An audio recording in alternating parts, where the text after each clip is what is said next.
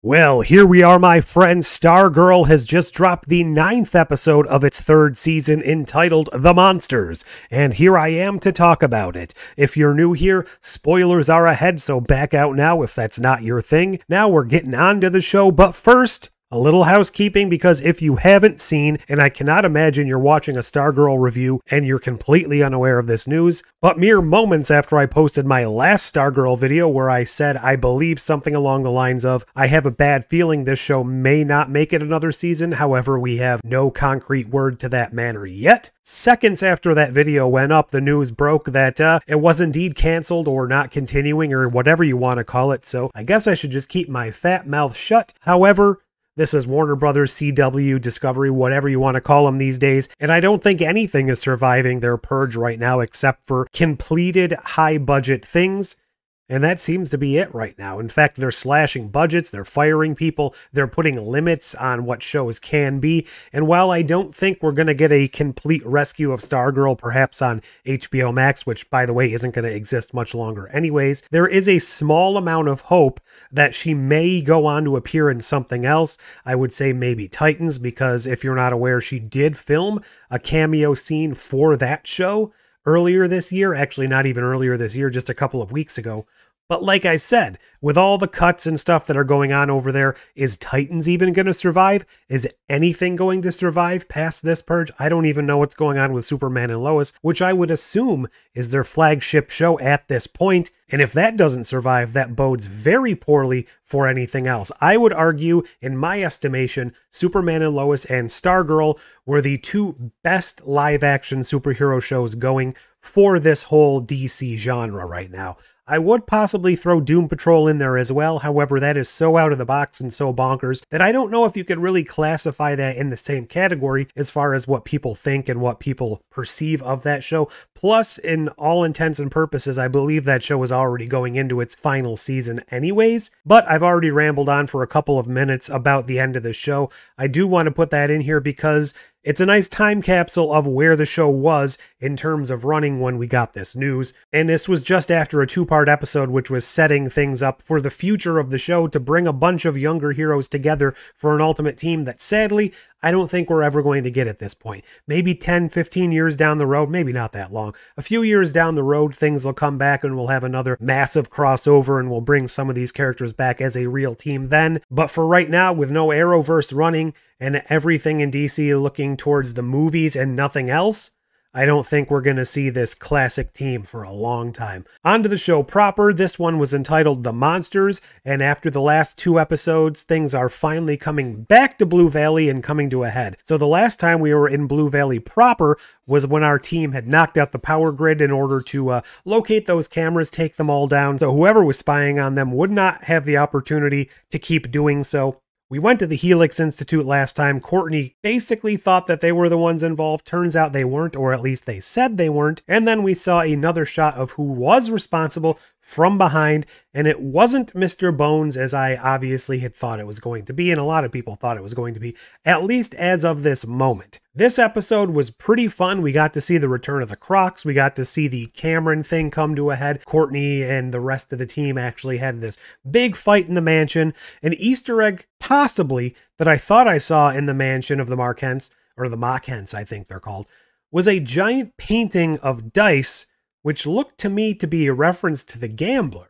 I don't know if that's true. Does that mean that each of the characters of the ISA had some sort of room in this house at one point? Maybe I'm looking too far into it. But I thought that was an interesting choice to have a painting of dice in this location. We also got to see that all of the family members of Cameron have ice powers. The poor art teacher, who has been through the ringer already, came over to check on Cameron because he feels bad that Cameron's throwing away his art career, and the grandmother just shoots an icicle through his heart and murders him, so I don't know if that's gonna stick. Granted, we're already winding down this show now knowing that it's the final season, but I'm not sure. A lot of deaths in this show have been reversed for unexplained reasons, and I wonder if he's going to come back to life, perhaps not in the best way, perhaps as a zombie, perhaps as a reincarnated something or other, but I don't know if that's going to be the last we see of him, just because of the weird return from the dead thing we're seeing several times in this show already. I also hope that we get to see more of the original JSA before the show goes out for good.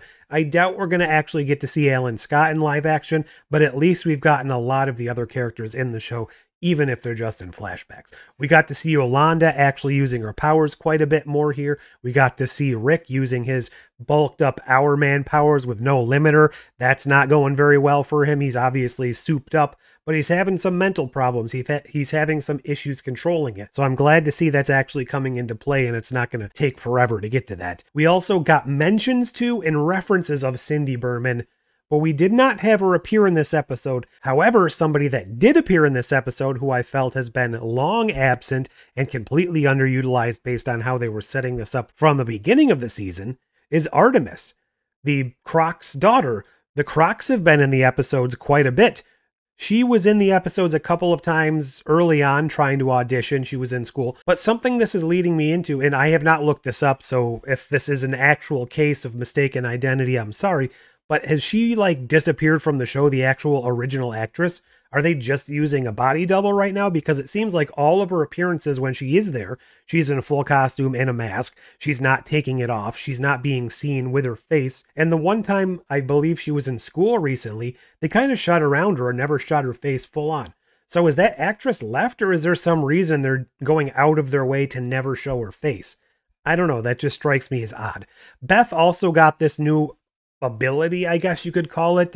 It turns out that the goggles have this beta test version of a combat program. To me, it seems kind of like the program inside the Iron Spider suit in Marvel movies, and the Intersect from Chuck, because it gives her the ability of some shield technology. It gives her the ability to upload, or I guess download, the ability to do karate and other sorts of martial arts into herself. Not entirely sure how that works. Does it actually give her that ability, or does it just kind of somehow take control of her body, or like, you know, move her arms and legs for her? Or is it just kind of being like, do this, do this, do this, and kind of giving her a precognitive ability?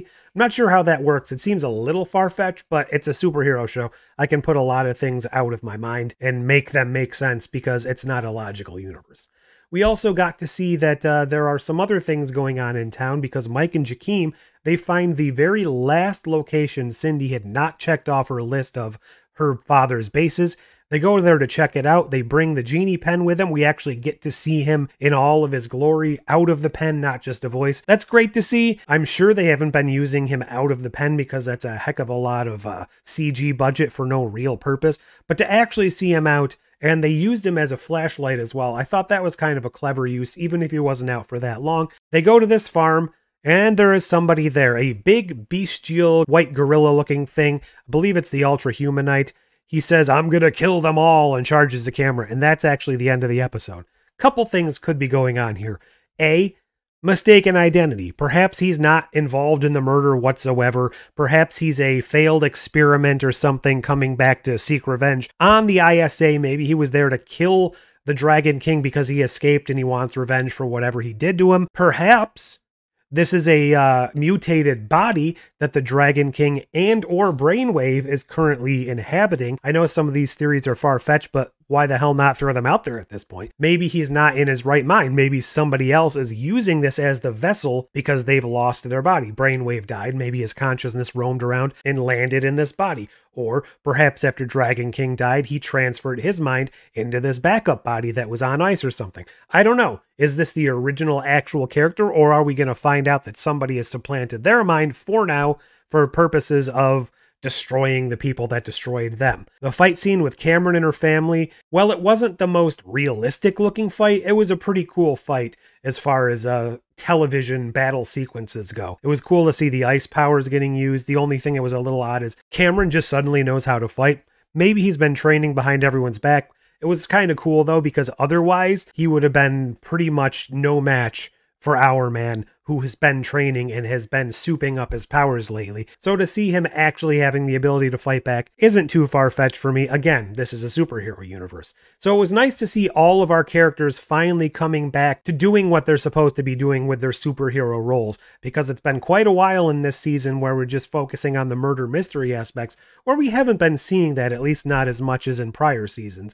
And since we're so far and so deep into the season, it's refreshing to actually see them go into action again.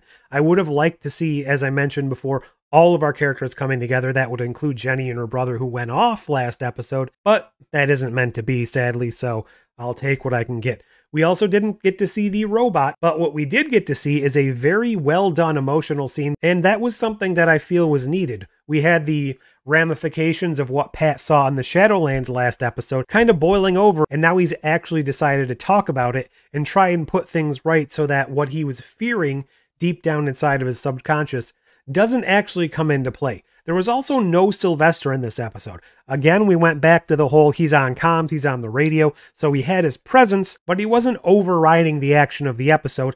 And may I point out, while all this is going on, he has the cosmic staff. So Courtney is just in her civilian mode right now. She doesn't even have access to those powers if they're needed. However, I am wondering, depending on how far he is away, if she can do a Thor's hammer type thing if she's really desperate and call for the staff regardless of if Sylvester has it, and that may happen at some point. But he's out investigating some of the leads as far as the Dragon King's old places. Overall, I thought this was definitely a fun episode and definitely a very worthwhile one. If you haven't been following the murder mystery plot because it's a little boring and it kind of seems like it's dragging on, I personally don't think that's the case. Maybe 1 or 2 episodes too much, but this is really ramping things up, and I think we're in for a very massive long stretch to the end of this season, and sadly, to the end of the series. Now, it was announced that they filmed 2 endings for this season just in case they didn't get a renewal. However, I don't know how satisfying that will be. I guess we'll have to wait and see.